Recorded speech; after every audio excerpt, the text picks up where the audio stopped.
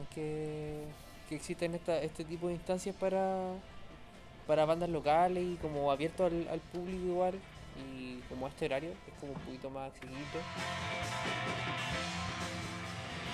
Igual el espacio está Sí, bacán. súper bonito el lugar. Una buena sala. Y son lugares que, puta, hay que aprovechar de ocuparlo. Y Sí. de hecho es mejor que ir a un pub.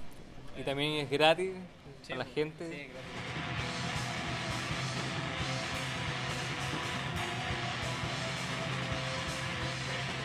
Por ejemplo, Tierra Nave, lo que pasó hoy, yo no lo había escuchado antes, entonces encontré bueno venir a tocar y aparte escuchar una música nueva.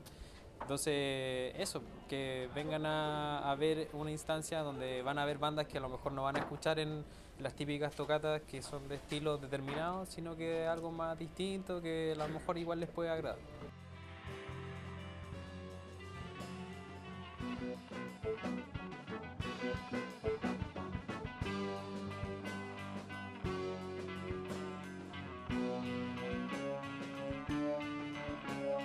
Cuesta encontrar lugares en donde se logre conjugar una buena onda, profesionalismo y que las cosas se hagan y no sean por ideas.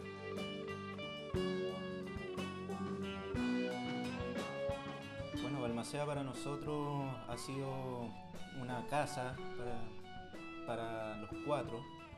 Nos ha hecho conocer a gente, otros músicos, eso nos ha hecho también crecer como grupo y también como individuos y artistas en este caso.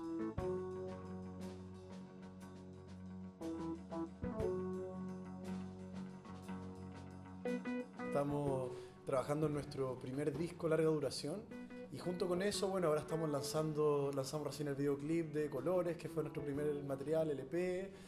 Y nada, pues en el fondo seguir componiendo, tratando de poder mostrar nuestra música a toda la gente, ojalá conociendo más gente y organizaciones como Balmaceda.